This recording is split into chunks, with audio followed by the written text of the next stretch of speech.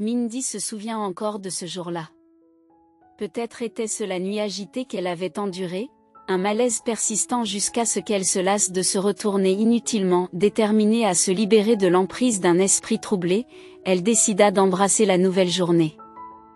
Malgré le temps couvert, le matin avait un charme subtil. Mindy trouva du réconfort dans l'idée de s'installer dans un fauteuil près de la fenêtre, accompagnée d'un chat en peluche sur ses genoux et d'un livre captivant à la main. Elle prépara tranquillement du café dans une cafetière, fit griller du pain et fredonna distraitement un air. À l'insu de Mindy, son mari l'observe en souriant depuis la porte de la cuisine. Wayne s'est approché silencieusement et l'a tendrement enlacée autour de la taille. « Tu es comme mon rêve », lui chuchote-t-il à l'oreille. « Moi, comme un rêve, dis-moi, je suis curieux, quel rêve ?» ajoute-t-il en pressant sa joue contre sa tempe.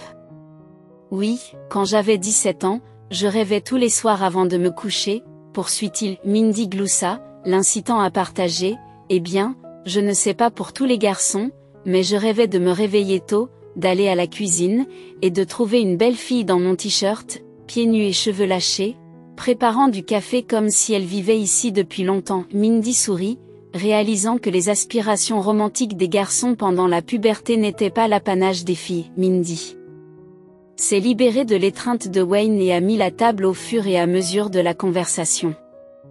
Wayne réfléchit à l'attente de la société qui veut que les garçons cachent leur penchant romantique, l'attribuant à la perception de la romance comme n'étant pas cool. Il avoue qu'avec Mindy, il n'y a pas besoin de faire semblant.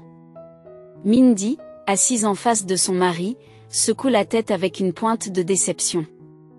C'est dommage que cette matinée se termine bientôt.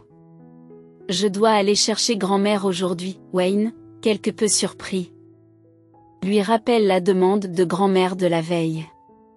Mindy haussa les épaules, admettant qu'elle avait oublié, mais Wayne, en riant, lui assura que de tels oublis étaient fréquents. Alors qu'ils terminaient leur petit déjeuner, Wayne mit sa tasse de côté, regardant pensivement le ciel couvert.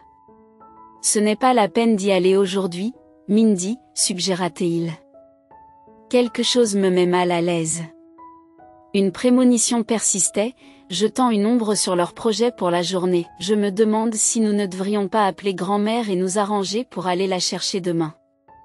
Tu sais à quel point il est difficile de la joindre par téléphone dans cette région. Elle sera très contrariée si nous la faisons attendre si longtemps. » « Non, je vais aller la chercher aujourd'hui, tu ne devrais pas conduire, Wayne.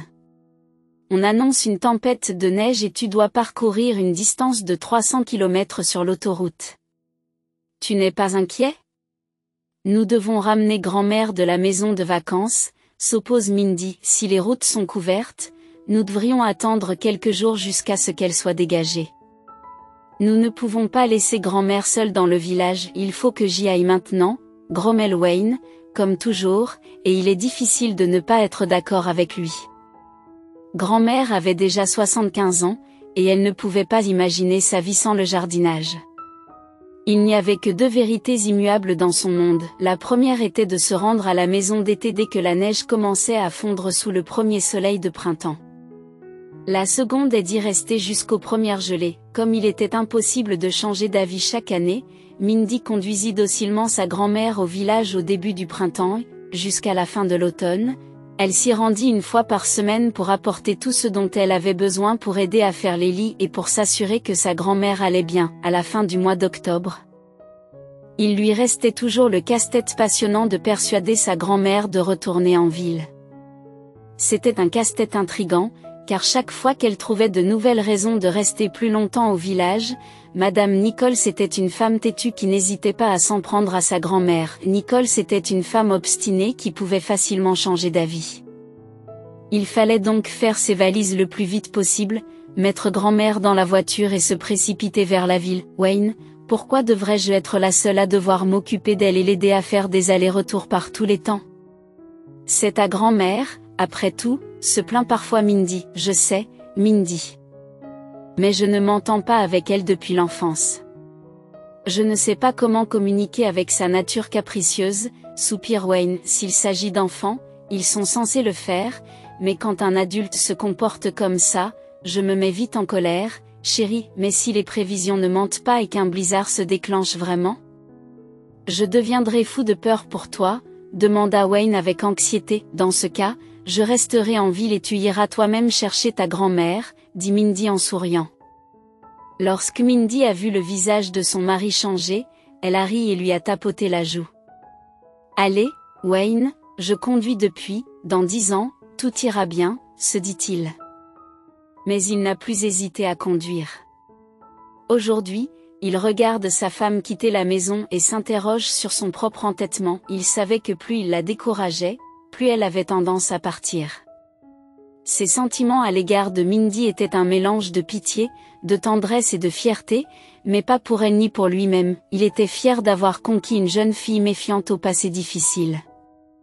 Mindy parlait rarement de son enfance, mais Wayne recueillait quelques détails à partir des bribes qu'elle laissait échapper. Ses parents sont morts dans un accident de voiture quand elle avait 5 ans. Et c'est sa sœur aînée, Holly, qui l'a élevée. Wayne a compris que ce n'était pas facile pour Holly.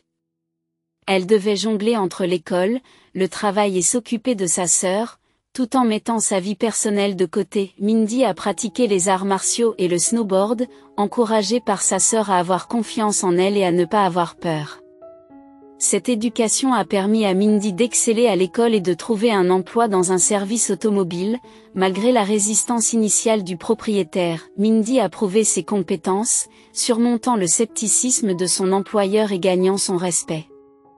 Il l'a encouragée à continuer à travailler dur et lui a prédit qu'elle impressionnerait tout le monde dans 6 mois. Il lui a fait part de son admiration pour votre excellence, en faisant un geste vers son équipe, et Mindy s'est montrée à la hauteur des attentes. En l'espace de 6 mois, elle s'est imposée comme l'une des employées les plus remarquables, s'assurant un revenu digne d'éloge. Ayant acquis sa première voiture à un prix modeste, elle l'a méticuleusement réparée de manière indépendante, démontrant ainsi son autonomie. Mindy considère qu'une voiture est une entité personnelle, affirmant la nécessité de la personnaliser pour l'adapter aux préférences de chacun. Convaincue, elle a déclaré « Je suis la seule à comprendre mes besoins, et personne ne peut les adapter mieux que moi ». Wayne affiche un sourire, reconnaissant le comportement robuste de Mindy. Pourtant, l'apparence d'une force inébranlable est trompeuse pour les spectateurs. Les gens supposent souvent que de telles qualités sont innées, mais en vérité, la résistance résulte rarement d'une existence facile. C'était certainement le cas de sa femme. Parfois, il la plaignait. Malheureusement, sa prévoyance s'est avérée exacte, car Mindy s'est retrouvée piégée dans un blizzard soudain au cours de son voyage. La chute de neige a commencé brusquement, et de rares flocons ont frappé le pare-brise en l'espace de quelques minutes. La visibilité diminue et Mindy a beau activer les essuie-glaces, ceux-ci bougent plusieurs fois avant de geler. Frustrée, elle s'exclame « Merde !» Ralentir et conduire sans essuie-glace en état de marche dans une telle chute de neige, c'était comme inviter au désastre. Si ce n'était de Mrs. Nichols qui l'attendait avec impatience dans le village, Mindy aurait envisagé de retourner en ville. Les tentatives pour contacter la vieille dame furent vaines, réalisant qu'il ne servait à rien de vider la batterie sans connexion. Mindy soupira. J'ai eu des ennuis, n'est-ce pas? J'aurais dû suivre les conseils de mon mari. Pourtant, un sentiment de compassion pour Madame Nichols l'envahit. Mindy connaissait la solitude de la vieille dame et compatissait avec la fougueuse grand-mère de Wayne. Madame Nichols avait repoussé tout le monde de sa vie, conjoint, amant, enfants et même petits-enfants. Dotée d'un caractère irascible, l'ancienne actrice avait du mal à s'adapter à une vie domestique après avoir été sous les feux de la rampe, adulée et applaudie par ses admirateurs. La transition abrupte vers une vie d'épouse et de mère, troquant la scène pour les tâches ménagères et les louanges pour un mari réalisateur exigeant, a marqué la fin de sa carrière d'actrice. Survivre à une telle déception semblait possible si elle trouvait son épanouissement dans la maternité. Cependant, accablée par ses enfants, Madame Nichols est de plus en plus fatiguée. Les responsabilités de la maternité s'opposent au glamour qu'elle a connu, la laissant fatiguée et mécontente, aspirant à une autre voie. Après avoir mis les enfants au lit, elle s'est offert un verre de vin et s'est installée devant la télévision qui murmurait doucement. Autrefois fervente lectrice, Elle trouve aujourd'hui trop laborieux le fait de déchiffrer les mots dans les livres. En revanche, la télévision lui présente un flux constant d'images, créant l'illusion d'une compagnie. Un jour, elle s'est assoupie sous la lueur de la télévision, dormant si profondément qu'elle n'a pas réagi aux pleurs d'un enfant. Heureusement, son mari est arrivé à temps pour réconforter le bébé. Découvrant Madame Nichols endormie sur le canapé avec une bouteille de vin vide à proximité, il la recouvre d'une couverture, la laissant rêver de sa beauté et de sa jeunesse d'antan, recevant des applaudissements sur une scène, un bouquet de fleurs à la main. En se réveillant le lendemain matin, Madame Nichols est confrontée à une vague de honte. Elle regrette le chaos de la nuit précédente, la bouteille vide, le manquement à la maternité. Abandonnant l'alcool, elle s'efforce de rester sobre au milieu des ruines de sa vie. Je devrais trouver du travail, se lamente-t-elle auprès de son mari, exprimant son désir d'être employée, même s'il s'agit d'un rôle modeste comme celui de receveuse. La stagnation de la vie familiale lui pèse et elle aspire à la compagnie des gens. Lorsqu'elle est interrogée sur les enfants, la question de son mari la laisse momentanément sans voix. Un tournant s'est produit lorsque le père de son mari est décédé, leur laissant un cottage. Madame Nichols s'oppose avec véhémence à l'idée de déménager à la campagne, mais son mari reste ferme. Les enfants ont besoin d'air frais, argumente-t-il, insistant sur le fait que la nature pourrait lui être bénéfique à elle aussi. Étrangement, la vie à la campagne s'est révélée étonnamment agréable pour elle. Qu'il s'agisse de l'air vivifiant de la campagne ou de son silence paisible, elle se réconcilie avec son existence actuelle. La perte du théâtre et de ses rêves ambitieux lui semble moins intimidante. Après avoir vécu dans le chalet jusqu'à la fin de l'automne, elle est retournée en ville à la demande de son mari. Cependant, l'environnement urbain lui donne l'impression d'être confinée, comme un oiseau captif. L'immersion de son mari dans le monde du théâtre, explorant sans cesse de nouveaux aspects de l'art, commence à l'irriter. Lorsqu'elle participe à des réunions entre amis, Mrs. Nichols se sentait voler en écoutant les conversations animées des acteurs et des metteurs en scène.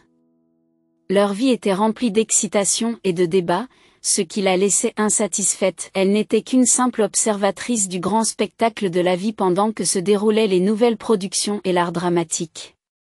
Quelqu'un se souvenait-il au moins de ces années sur scène ? Elle se demandait souvent s'ils se souvenaient des moments qu'elle avait partagés avec eux. « Oh, votre salade d'aujourd'hui est exquise », disait Madame Nichols, tentée de placer le saladier sur la tête de l'orateur, mais au lieu de cela, elle se forçait à sourire et poussait la salade plus près de son invité. Jusqu'au bout de la nuit, lorsque les invités partaient enfin, elle lavait une montagne de vaisselle sale et pleurait de ressentiment. Son mari supposait toujours que ses larmes étaient dues à l'épuisement et lui proposait son aide, mais son insensibilité ne faisait que l'exaspérer. Comment pouvait-il ne pas comprendre que la vaisselle sale représentait bien plus que des tâches banales? Seul le village lui apportait du réconfort, et elle comptait avec impatience les jours qui la séparaient du printemps, lorsqu'elle pourrait se retirer dans son chalet. Étonnamment, son mari ne s'oppose pas à son absence temporaire. Cependant, comme c'est souvent le cas lorsque les époux passent beaucoup de temps séparés, un froid commence à s'installer dans leur relation. Au début, ce n'était qu'un simple courant d'air, à peine perceptible, mais il s'est progressivement renforcé. Lorsque Mrs. Nichols et les enfants retournèrent en ville après leur deuxième été au village, son mari ne fit plus d'efforts pour cacher ses liens avec sa maîtresse. Madame Nichols devint indifférente à son égard. Le divorce n'aurait peut-être pas été demandé.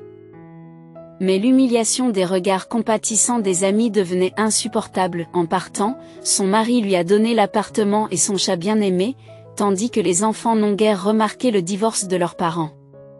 De toute façon, ils n'avaient jamais beaucoup vu leur père. Des hommes entraient parfois dans la vie de Madame Nichols, mais ils semblaient tous ordinaires et manquaient de profondeur. Ces enfants ont grandi et ne sont pas enthousiastes à l'idée de passer du temps avec leur mère.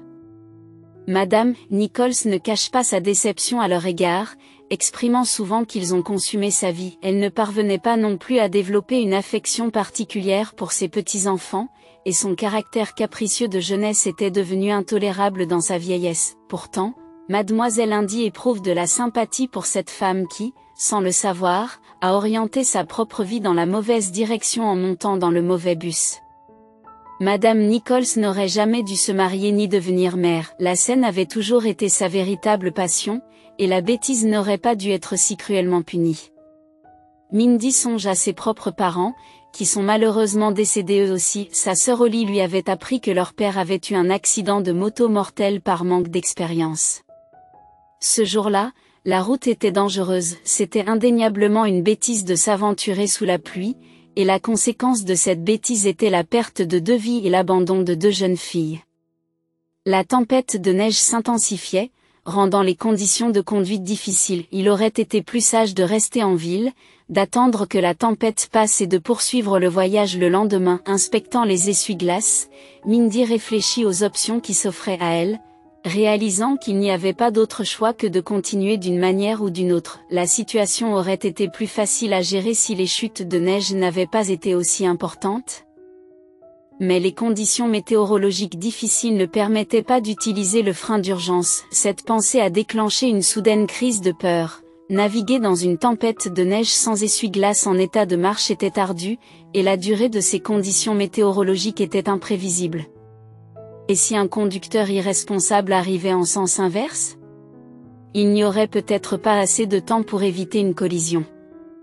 Mindy rejette ses pensées irrationnelles, elle se rassure en repensant aux nombreuses fois où elle a emprunté cette autoroute sans incident au cours des 10 dernières années.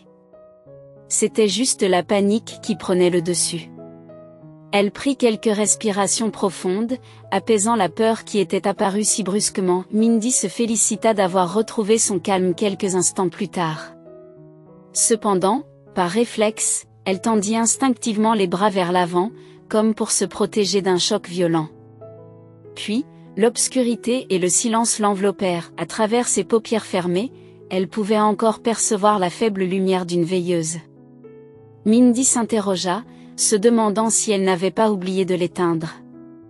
Elle se gratta le nez et ouvrit lentement les yeux. Aujourd'hui, elle se sentait relativement mieux, ses os fracturés lui faisaient encore mal et ses mouvements étaient difficiles, mais c'était une amélioration par rapport à avant. Au moins maintenant, lorsque Mindy se réveillait au milieu de la nuit, elle reconnaissait immédiatement son environnement. Les choses n'ont pas été aussi simples au cours de la première semaine qui a suivi l'accident. Dès qu'elle ouvrait les yeux, elle était désorientée et mettait plusieurs minutes à comprendre pourquoi les murs de sa chambre étaient blancs. Ce n'est qu'ensuite que Mindy se souvient progressivement qu'elle n'est pas chez elle, mais dans une chambre d'hôpital. Oui, il s'agissait bien d'un accident. Un individu imprudent au volant d'un énorme SUV avait percuté sa voiture à pleine vitesse, perdant probablement le contrôle et se déportant sur la voie opposée. Wayne, le conducteur, a pleuré et juré qu'il prendrait en charge les frais médicaux de Mindy et qu'il s'occuperait d'elle comme si elle faisait partie de sa famille. Il a affirmé que c'était la première fois qu'il vivait un tel incident. Il s'est avéré qu'il venait d'acquérir un SUV, alors qu'il avait l'habitude de conduire une voiture normale auparavant. Alors pourquoi a-t-il décidé de s'aventurer sur l'autoroute pendant une tempête de neige? La scène a été dévastatrice lorsque le mari de Mindy l'a informé que sa voiture avait été complètement détruite à cause de son imprudence et de sa bravoure. La peur de la perdre définitivement et de ne pas avoir de lieu de sépulture approprié pesait lourdement sur son esprit. Cependant, cela n'a pas empêché Mindy de continuer à faire preuve de résilience, malgré ses blessures, une épaule disloquée, une jambe, un bras et des côtes cassées, ainsi que de multiples contusions et coupures. Malgré la douleur atroce, Mindy s'est appuyée sur sa détermination pour rester en vie. Le médecin qui a soigné Mindy a qualifié sa blessure de commotion cérébrale parfaite. Il était ravi d'avoir un si excellent spécimen sous ses soins. Bien que l'apparence du médecin corresponde davantage à celle d'un musicien de rock, il fait preuve de l'intelligence d'un érudit chevronné. Selon le médecin, le sens de l'humour de Mindy a contribué à accélérer son rétablissement. Même si elle se sentait nauséeuse et étourdie la plupart du temps, son mari était toujours à ses côtés, lui lisant des livres audio qui l'aidaient à calmer son anxiété. Le médecin de Mindy lui a conseillé d'éviter toute activité ou littérature stimulante susceptible de déclencher ses vertiges. Il lui a recommandé d'opter pour des livres classiques apaisants, qui constituent la meilleure solution pour son rétablissement. Malgré l'épreuve difficile à laquelle Mindy a été confrontée, elle est restée une battante à l'esprit inébranlable, des options, pas de drame tragique. Mindy a exprimé son aversion pour les livres classiques, déclarant qu'ils la rendaient émotive et lui donnaient mal à la tête. Le médecin en a convenu et lui a conseillé d'éviter les œuvres tragiques, mais aussi de ne pas tomber dans l'excès de légèreté. Mindy est d'accord, précisant qu'elle ne supporte pas non plus les rires excessifs. Wayne, réfléchi, a téléchargé des livres audio qui offraient une expérience plus calme, comme Les aventures de Tom Sawyer de Mark Twain, Autant en emporte le vent de Margaret Mitchell et White Fan de Jack London. Mindy a remercié Wayne, qui a également téléchargé des méditations pour la relaxation, l'énergie et la guérison. Cependant, Mindy a exprimé sa frustration, souhaitant qu'il y ait une méditation pour l'aider à accepter ses limites actuelles, comme le fait de ne pas pouvoir aller aux toilettes toute seule. Elle s'est plainte de la situation, mais a décidé de prouver qu'elle avait raison en se remettant sur pied. Bien qu'elle n'ait pas précisé contre qui elle était en colère, elle pensait qu'il valait mieux être en colère que de se sentir impuissant. Wayne a compris son point de vue et n'a pas essayé de la calmer, lui demandant plutôt combien de temps elle allait encore se plaindre. Il a intentionnellement abordé le sujet sans tact, lui rappelant qu'elle avait survécu à une tempête de neige difficile avec des essuie-glaces cassés. Il lui fait remarquer que son ressentiment semble déplacé, car personne d'autre n'est à blâmer pour sa situation actuelle. Il lui suggère de s'allonger et d'écouter des contes de fées, en espérant qu'ils lui apprendront quelque chose. Mindy lui répond par un sourire, sachant que Wayne cherche à la provoquer. Suivant la suggestion de Wayne, Mindy écouta docilement les livres classiques et médita régulièrement. Peu à peu, elle a commencé à se sentir mieux et a pu se lever et faire quelques pas, même si elle avait besoin d'une béquille et du soutien de son mari. Mindy considère cette petite victoire comme une victoire importante sur elle-même, car elle est convaincue que la victoire la plus importante est celle qui consiste à surmonter ses propres difficultés. Debout devant le miroir de la salle de bain, Mindy s'est examinée et a remarqué que l'œil au beurre noir dont elle avait souffert s'était estompé, laissant derrière lui une ecchymose jaune-bleu. Ses lèvres sont presque cicatrisées, bien que légèrement gonflées, ce qui donne l'impression qu'elle a subi des interventions esthétiques. L'égratignure sur sa joue gauche a également guéri sans laisser de cicatrices. Cependant, ses cheveux étaient toujours emmêlés, pire encore que lorsqu'elle était enfant. Wayne regarda les longs cheveux de Mindy avec culpabilité, réalisant qu'il n'avait pas pensé aux soins qu'il nécessitait. Mindy essaya de lever la main pour toucher ses cheveux, mais grimaça de douleur. « Qu'est-ce que je dois en faire maintenant ?» demanda Wayne avec culpabilité. Mindy l'a balayé nonchalamment et a demandé s'ils avaient des ciseaux. Wayne hésite et admet qu'ils n'en ont pas, ce qui incite Mindy à leur suggérer d'aller en chercher dans une quincaillerie. Wayne a protesté, espérant pouvoir récupérer les cheveux d'une manière ou d'une autre, mais Mindy a insisté sur le fait qu'ils avaient besoin d'une attention et d'un soin quotidien qu'il ne pouvait pas leur fournir. À contre-séhur, Wayne se rend à la quincaillerie et ramène les ciseaux. La nouvelle coupe de Mindy s'est avérée être une solution créative. Tous les cheveux emmêlés ont été coupés, mais quelques mèches sont restées longues sur le devant. Malgré la désapprobation de Wayne, Mindy est satisfaite du résultat, notant qu'elle n'a plus à se soucier des nœuds ni de la coiffure.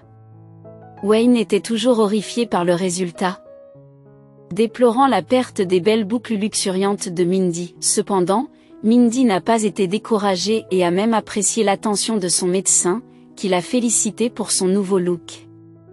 Wayne y voit toujours une défiguration, estimant que les cheveux longs sont un bijou pour les femmes, mais Mindy lui rappelle que les cheveux repoussent et qu'elle prépare déjà son nouveau look. Combien de temps cela prendra-t-il ? Mais pourquoi devrais-je m'en soucier ? Mais ne serait-ce pas génial d'avoir l'air distinct ? Mindy envisageait de se teindre les cheveux en blond, cela lui irait bien, et se raser les tempes et dessiner un motif sur l'une d'entre elles serait également incroyable. En outre, elle souhaitait depuis longtemps se faire percer le nez. « Mindy, s'il te plaît, ne me contrarie pas, » dit Wayne en riant. « Eh bien, cela ne me conviendra pas, » s'esclaffe sa femme. « C'est quand même une bonne idée, » dit Wayne en haussant les épaules avant de quitter la pièce. Mindy réfléchit à la personnalité de son mari et se demande s'il est difficile de la soutenir. Malheureusement, elle a dû se séparer de 10 ans de soins capillaires phénoménaux, ne lui laissant qu'un peu de cheveux. Alors qu'elle regardait par la fenêtre, l'obscurité l'enveloppa, poussant Mindy à s'allonger pour se reposer. Elle choisit une méditation sur le sommeil dans sa collection audio, laissant les sons apaisants la bercer. Au milieu de la nuit, elle se réveilla assoiffée, cherchant à tâtons la bouteille d'eau sur la table de nuit, mais elle n'y était pas, Wayne avait oublié de la lui laisser. L'eau du robinet était tiède et avait un goût métallique désagréable, ce qui la rendait imbuvable. Mindy la recracha et décida d'aller chercher de l'eau potable au poste des infirmières. Alors qu'elle s'approche du coin, Mindy commence à entendre la voix de Wayne et celle d'une autre femme. On pouvait entendre le son d'une femme qui le réprimandait. « J'ai fait tout ce qui était en mon pouvoir. Que attendez-vous de moi ?» Répond Wayne, « C'est moi qui veux quelque chose. »« Vous êtes un imbécile », répond la femme avec férocité. « Oui, j'ai tout fait, mais le résultat n'est pas bon. Elle est vivante et en voie de guérison. Tu n'aurais pas pu faire plus d'efforts. » La conversation est devenue inaudible tandis que Mindy s'éloignait en boitant, se sentant trahie et blessée, essuie-glace. « Regardez-le. Quelle personne courageuse. Baissez d'un ton, s'il vous plaît, » cria Wayne. « Pourquoi criez-vous dans tout l'hôpital ? Je n'ai pas cassé les freins parce que, eh bien, vous n'avez aucune connaissance en la matière. N'importe quel expert confirmerait que les freins étaient déjà cassés et que quelqu'un a aidé à les briser davantage, et l'idée d'utiliser les essuie-glaces était parfaite. J'ai pris en compte tous les aspects. » Waouh, ricane la femme, c'est tellement impressionnant, il n'y a pas de mots pour le décrire. On pourrait aussi gratter le pare-choc avec les clés, cela aurait le même effet. J'ai minutieusement calculé quand la tempête de neige allait frapper. Je lui ai délibérément menti en lui disant que ma grand-mère avait appelé pour venir la chercher. Tu n'es qu'une fille chanceuse, une planificatrice méticuleuse d'un niveau avancé. C'est ce que tu es. Alors, qu'est-ce qu'on fait maintenant? Qu'en est-il de nos rêves de se débarrasser de ta femme? Qu'en est-il de notre héritage? Tu m'as promis de m'emmener dans les îles et sur les plages. Tu m'as assuré que tu m'achèterais une maison au bord de la mer. As-tu oublié? Je m'en souviens, admit Wayne à contre-séhure, tout comme je t'oublierai, psy.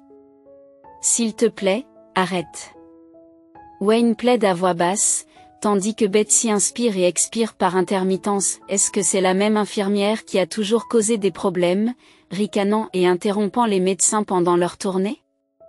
Oui, c'est elle. Mindy se souvient que lorsqu'elle l'a vue pour la première fois, elle s'est sentie désolée pour ceux qui devaient travailler avec elle en permanence. Pendant cette période, Mindy a réussi à faire connaissance avec toutes les infirmières du service, et Betsy agaçait tout le monde. Chaque fois que les médecins de garde tentaient d'examiner Mindy, ils devaient envoyer l'infirmière agitée chercher un document ou recueillir des informations. Dès que Betsy quittait la pièce, les médecins poussaient un soupir de soulagement et roulaient des yeux. « Oh Betsy, pensa Mindy. Vous avez tellement d'énergie, tu as réussi à ennuyer tout le monde au travail, tu t'es inséré dans la vie de ma famille et tu as même rêvé d'avoir une maison au bord de la mer. Tu as tant de potentiel et tant d'agitation. » Miss Mindy bouillonnait de colère, elle devait se retenir de confronter ce gentil couple et de les frapper avec une béquille. Néanmoins, elle sortit son téléphone de sa poche, alluma l'enregistreur et continua d'écouter. La voix étouffée de Wayne résonna à nouveau et Mindy se força à rester immobile. C'est une histoire terrible. Elle était déterminée à tout découvrir, psy. Nous n'avons pas besoin d'oublier quoi que ce soit, Wayne dit rapidement, nous aurons de l'argent et une maison au bord de la mer. Nous aurons tout, mais vous devez nous aider. Je me demande ce qu'il faudrait faire. Ne soyez pas modeste, Wayne, il sourit chaleureusement en disant, vous êtes une femme intelligente, une infirmière compétente de surcroît.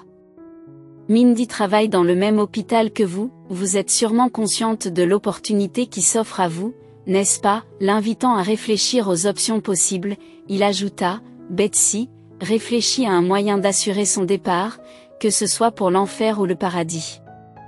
Je m'en moque. Tu as toutes les ressources et l'accès aux médicaments. Pensez simplement à quelque chose, prise au dépourvu, Betsy oublie momentanément de baisser le ton. Vous voulez que je mette fin à sa vie? Parlez plus doucement. Consternée, elle répond. Non, vous êtes folle? C'est ce que vous proposez? Avez-vous perdu la raison? D'un ton sinistre, Wayne explique. Sinon, comment voulez-vous que je garantisse l'héritage de Mindy? Ce n'est que si elle décède que je resterai un veuf chagriné. L'essentiel est de l'éliminer, et le plus tôt sera le mieux, réfléchissez bien. Lui injecter quelque chose est simple. Vous pouvez l'attribuer à une allergie qu'elle n'a pas révélée. Choquée, Betsy remarque, vous avez acheté votre diplôme d'infirmière? Bien joué. Elle poursuit, vous avez échoué sur toute la ligne, et maintenant vous voulez que je sois impliquée dans un acte sanglant. Ne m'accusez pas de ne pas avoir essayé. Ce n'est pas ma faute si elle a survécu, personne n'aurait supporté un tel accident. Craignant les conséquences juridiques, Betsy objecte, vous allez m'impliquer. On remontera jusqu'au tueur et je finirai en prison pendant que tu profiteras de l'argent. Quel plan bancal! Wayne ne tient pas compte de ses inquiétudes, ne sois pas naïve, Betsy, c'est dans notre intérêt de garder Mindy ici. Si elle rentre chez elle, je ne peux pas tout surveiller, intercepter son courrier ou contrôler la situation. Il y a un héritage important, un manoir, des voitures de luxe et des magasins d'alcool rentables, nous ne pouvons pas laisser échapper cette richesse. Pleine de ressentiment, Betsy sanglote un moment, dans le silence qui suit, Wayne conclut froidement, je me suis trompé à ton sujet. Je pensais que nous partagions un lien profond, dans la poursuite de notre bonheur, j'ai osé prendre une vie et j'ai cru que tu serais également prête à faire tout ce qu'il faut pour que nous soyons ensemble. Adieu.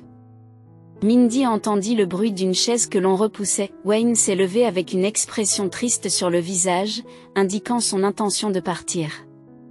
Betsy resta assise, s'attendant peut-être à ce qu'il change d'avis et fasse demi-tour, s'il fait demi-tour maintenant, comme Mindy se l'est promis. Je le confronterai de manière agressive. Elle visualisa la scène si clairement qu'elle se crispa même, agrippant fermement la béquille, son corps rempli de tension comme une corde tendue. Attends, Wayne. Betsy ne put résister et se dépêcha de le rattraper. Continuons nos vacances au cinéma et dans une maison privée sur la côte, dit Mindy en souriant. Sa colère se transforma en un dédain glacial. Wayne, s'exclame Betsy, mon amour, je viens de réaliser à quel point tu as raison. J'ai honte, profondément honte de ma lâcheté. Bien sûr que tu le es, poursuit Wayne, jouant le rôle du bourreau des cœurs injoignables. Es-tu prête à devenir une criminelle pour que nous puissions être ensemble, ma chérie? Betsy répond catégoriquement. Pour toi et notre amour, je suis prête à faire absolument n'importe quoi. Wayne ne répondit pas, mais le silence fut rompu par le bruit d'un baiser passionné. Mindy fronce le nez de dégoût. C'est répugnant à écouter, pensa-t-elle. Eh bien, voilà une bonne fille, dit Wayne au bout d'une minute, je savais que tu comprendrais. Betsy s'accrocha à lui, cachant un sourire triomphant. La croyait-il vraiment? Peu importe, l'important, c'est qu'il n'ait pas reculé, ce qui signifie qu'elle a encore une chance de réclamer l'héritage de Mindy. Et cet héritage représentait beaucoup pour elle. Oh, combien cela signifiait d'échapper à la pauvreté, d'oublier les conditions de vie étriquées et les voisins agaçants, et de pouvoir enfin porter des vêtements de marque. Elle ferait n'importe quoi pour cela. Bien sûr, elle ne tuerait pas personnellement Mindy, elle laisserait Wayne faire le sale boulot lui-même ou trouverait quelqu'un d'autre qui serait d'accord. Cela lui servirait de police d'assurance supplémentaire. Si Wayne refusait soudainement de partager l'héritage de sa défunte épouse, elle lui rappellerait rapidement les essuie-glaces défectueux et la façon dont il a réussi à tuer Mindy à l'hôpital. Wayne a embrassé Betsy en se disant qu'elle semblait vide, comme beaucoup d'autres femmes. Il pensait qu'il pouvait facilement les manipuler et les contrôler. Je l'aiderai à se débarrasser de Mindy, puis je trouverai un moyen de m'occuper de sa lourde maîtresse, et enfin j'hériterai de l'héritage de l'oncle de Mindy à l'insu de Wayne. À l'insu de Wayne, Mindy se tenait juste au coin de la rue, luttant pour contenir son rire. Le plan est donc de m'enterrer et de réclamer l'argent qui ne t'appartient pas, s'exclame-t-elle, ne se cachant plus. Mindy s'avança, faisant du bruit avec sa béquille. Betsy et Wayne, surpris par son apparition soudaine, s'éloignent rapidement l'un de l'autre. Mindy sourit triomphalement et remarque « Quelle chance de tomber sur cette scène !» Confus, Wayne fronce les sourcils et demande « De quoi parles-tu ? Et pourquoi es-tu debout ? Je voulais demander de l'eau », répond Mindy, jetant honnêtement un regard méprisant à Betsy, « mais il semble que j'ai interrompu quelque chose, n'est-ce pas ?» Soupirant de soulagement, Wayne répondit « Oh, ce n'est rien, tu es juste confuse à cause de ta commotion cérébrale. Allons-y. Je vais t'aider à t'allonger et te chercher de l'eau. Ce n'est pas la peine d'errer dans les couloirs la nuit. Les sols sont glissants. » Mindy regarda Wayne avec innocence et chanta « Je peux glisser et tomber, et cela peut être fatal. Mon adorable Barbie héritera alors de tout, y compris de l'héritage dont sa femme ne sait rien. N'est-ce pas pratique de voir à quel point les petites choses peuvent faire une grande différence ? Un sol glissant ou un essuie-glace cassé au bon moment ? Wayne, pourquoi es-tu silencieux ? Indifférent, Wayne hausse les épaules. Je me tais parce que tu racontes n'importe quoi. Tu as imaginé des absurdités et tu les as prises pour des informations. Vous avez besoin de vous reposer, et demain j'en parlerai à votre médecin. Vous avez besoin de quelque chose pour vous calmer. Et ensuite vous devez retourner dans votre lit. Mindy recula de quelques pas, prête à se défendre. Vous avez mal calculé, imbécile.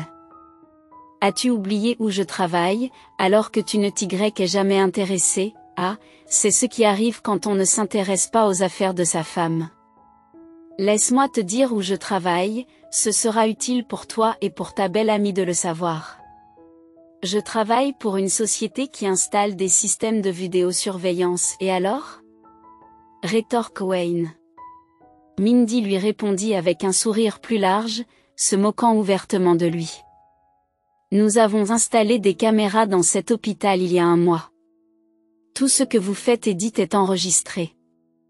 Ne me regarde pas comme ça, Betsy, c'est le propriétaire de l'hôpital qui nous a demandé de garder ces informations secrètes. Il se doute probablement déjà de quelque chose, ajouta-t-elle avant que le texte ne soit coupé, s'élança. Confirmons-le. Elle murmura, arrête, Wayne. Wayne explosa, interrogeant, pourquoi essayez-vous de nous faire peur ? Tu crois que quelqu'un va te croire ? Peut-être pas moi, mais ils croiront la vidéo. Elle contient une foule de contenus captivants, une querelle amoureuse passionnée, un complot de meurtre et l'aveu d'une tentative de meurtre. Il y a là de quoi écrire un roman policier complet. Je vous assure que la police sera intriguée. À votre avis, quelles sont les peines encourues pour une tentative de meurtre et la préparation d'une seconde tentative ? Connaissez-vous Betsy Wayne ? Avez-vous déjà réfléchi aux conséquences d'un échec ? Betsy se couvre le visage de ses mains et sanglote. Je ne peux pas aller en prison, c'est de sa faute. Je l'ai prévenu, mais il a été aveuglé par l'héritage. Il a trafiqué les essuie-glaces, il voulait que tu aies un accident, et maintenant l'enquête va t'impliquer aussi. Mindy l'interrompt, maintenant, écartez-vous de mon chemin et taisez-vous. Je dois appeler la police. Wayne s'affaisse sur une chaise et se prend la tête en gémissant. Mindy, je ne comprends pas. Qu'est-ce qui m'arrive ? Pardonnez-moi, je suis un imbécile. Mais sa femme est déjà en train de composer le numéro de la police, sans prêter attention aux appels désespérés de Wayne. Mindy, s'il te plaît, nous nous sommes toujours compris. On ne peut pas se mettre d'accord maintenant ? Elle ne répond pas, ne le regarde même pas. Wayne continue. Mindy, qu'est-ce que tu fais ? À ce moment-là, le médecin de garde, somnole, sort de son bureau et s'enquiert de l'agitation. La roue du châtiment a tourné, et Wayne et Betsy ont été placés en garde à vue pour la durée de l'enquête. Une fois l'épreuve terminée, Mindy contacte sa sœur et l'informe qu'elle est à l'hôpital. Holly ne tarde pas à prendre un congé pour cause d'imprévu et se précipite pour s'occuper de Mindy. En moins de 5 minutes, elle est arrivée, pleine de vie et de bonne humeur. Elle s'est rapidement familiarisée avec les noms du personnel médical et s'est même liée d'amitié avec une personne du service voisin au cours du mois. Holly n'a jamais quitté sa jeune sœur, l'aidant à marcher, engageant des conversations et lisant des livres à haute voix. Lorsque Mindy était autorisée à regarder la télévision, Holly veillait à choisir une grande variété de comédies pour la divertir. L'état de Mindy s'est amélioré de jour en jour.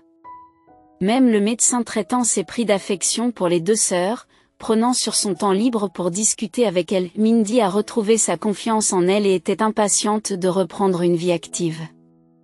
Elle a hâte de se promener, de retourner au travail et de préparer enfin un bon dîner dans sa propre cuisine et de le savourer. Le médecin est entré dans la pièce et a félicité Mindy pour sa combativité, soulignant son remarquable rétablissement depuis son arrivée dans un état critique.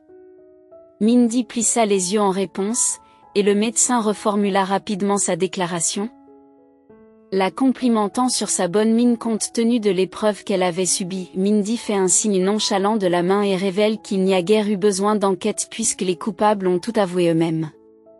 Le médecin est stupéfait et se réjouit que justice soit faite. Il se demande à voix haute si leur mauvaise conscience ne les a pas poussés à avouer si facilement. Mindy sourit tristement, suggérant que le médecin avait une opinion trop optimiste de ses crapules. Elle lui fait ensuite un clin d'œil amusé, suggérant qu'il faut parfois bluffer avec confiance pour gagner. Mindy explique comment elle a piégé les criminels en prétendant que l'hôpital avait installé une vidéosurveillance, ce qui les a poussés à avouer par peur. Le médecin est surpris par la tactique de Mindy. Il regarde Mindy avec une curiosité et une admiration nouvelles. Mindy remarque son intérêt mais détourne le regard. Le médecin la félicite d'avoir mené à bien l'opération d'arrestation des criminels et d'avoir suscité chez eux un sentiment de remords. Mindy a reconnu qu'elle était une dure à cuire, mais elle a souligné qu'elle voulait simplement tourner la page et aller de l'avant.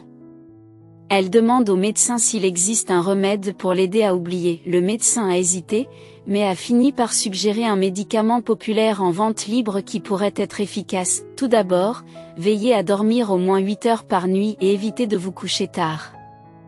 Deuxièmement, intégrez des promenades quotidiennes dans votre routine, en profitant de l'air frais. Envisagez d'acquérir un chien, qui vous motivera à sortir, même les jours où vous manquez de motivation. Enfin, savourez le plaisir d'une tasse de café accompagnée d'une part de gâteau, surtout si vous êtes en bonne compagnie. Si cela vous intéresse, je me propose volontiers comme candidate potentielle. Mindy Glousse étend la main à Wayne, il la regarda avec une expression vide, attendant patiemment le procès après avoir confessé ses émotions et ses pensées. Il n'y avait ni peur ni soulagement en lui, juste une fatigue écrasante et engourdissante qui l'engloutissait. C'était comme si on avait appuyé sur un interrupteur, le rendant incapable de ressentir quoi que ce soit. Wayne ne s'est pas demandé pourquoi il avait pris la décision de mettre fin à la vie de sa femme, car aucune question ou explication ne pouvait changer l'acte irréversible qui s'était déjà produit. Il ne se préoccupe pas de son avenir, car il sait qu'un emprisonnement imminent l'attend. Tout semblait désormais futile à Wayne, qui trouvait du réconfort dans cet état d'engourdissement particulier qui l'aidait à traverser chaque jour. Sa vie d'avant lui paraissait plus lointaine, comme un rêve qui s'évanouit, alors qu'il attendait avec anxiété l'issue du procès. Sur le banc des accusés, il s'assoupit, lorsqu'il entendit enfin le verdict, il laissa échapper un large bâillement. Il n'en a plus rien à faire.